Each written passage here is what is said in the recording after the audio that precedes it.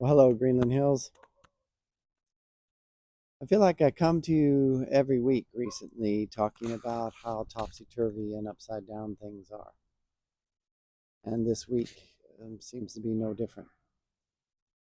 The events in Minneapolis over the weekend were, again, horrifying. And I sit here today after being cooped up in the house for several days amid lingering snow and ice. Um, and it's rather pleasant outside. So, before I get to Minneapolis, I want to share two things with you that might be just rays of light in the midst of what otherwise seems darkening times. First, the choir rehearsed on last night, on Wednesday night, in preparation for Sunday morning. And when I got here yesterday afternoon to prepare the building for rehearsal, all of the walks were already shoveled and cleared. Now, I wish I could tell you I was the kind of pastor that got out and broke my back and did that. But in fact, it was the owners of Merit who showed up and did that.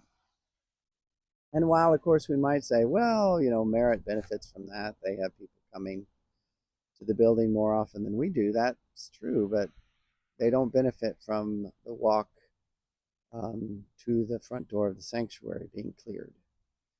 So I lift this up because we have really good partners in Merit. And these are really good people.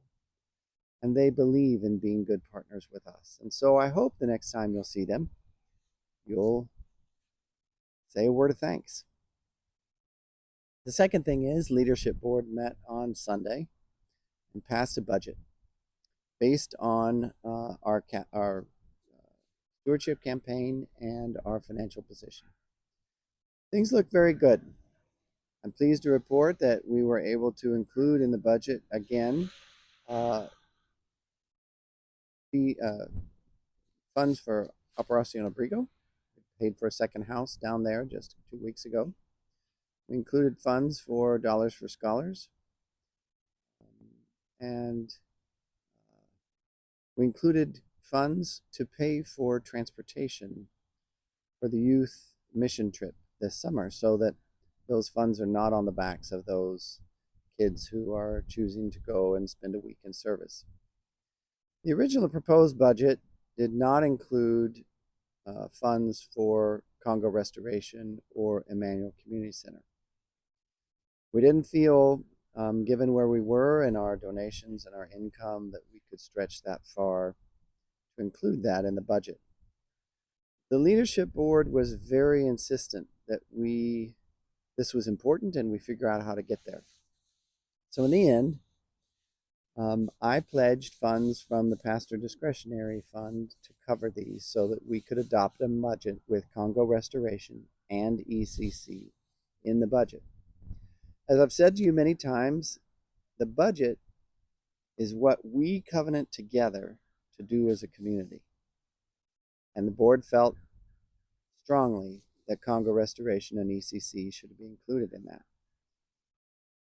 And we can't fund it this way in the long term.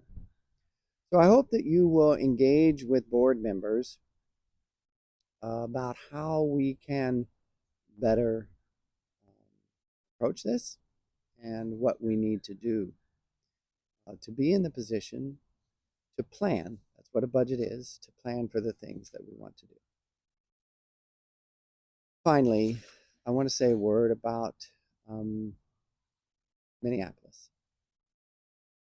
I cannot find words to express how heartbroken I am and how outraged I am. I'm sure you feel the same way.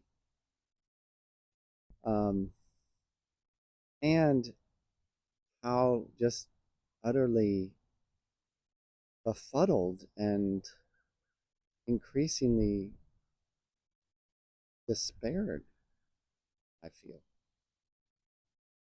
It feels like things are coming unraveled. at a fundamental level, and they feel out of my control and out of my reach. And it's all I can do from day to day to just hold on.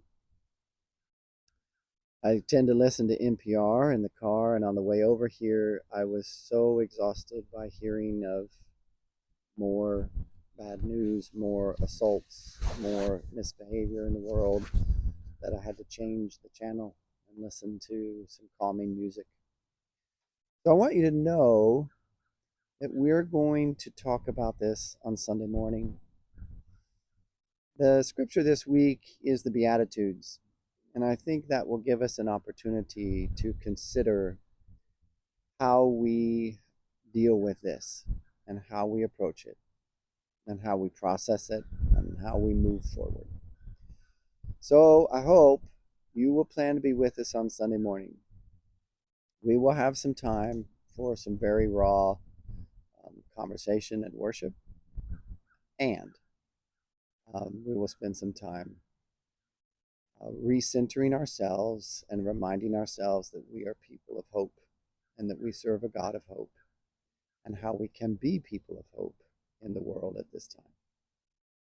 So I hope you'll make plans to be with us. It's going to be chilly, but there shouldn't be any precip, so bundle up and come down. In the meantime, as always, my prayer for you is grace.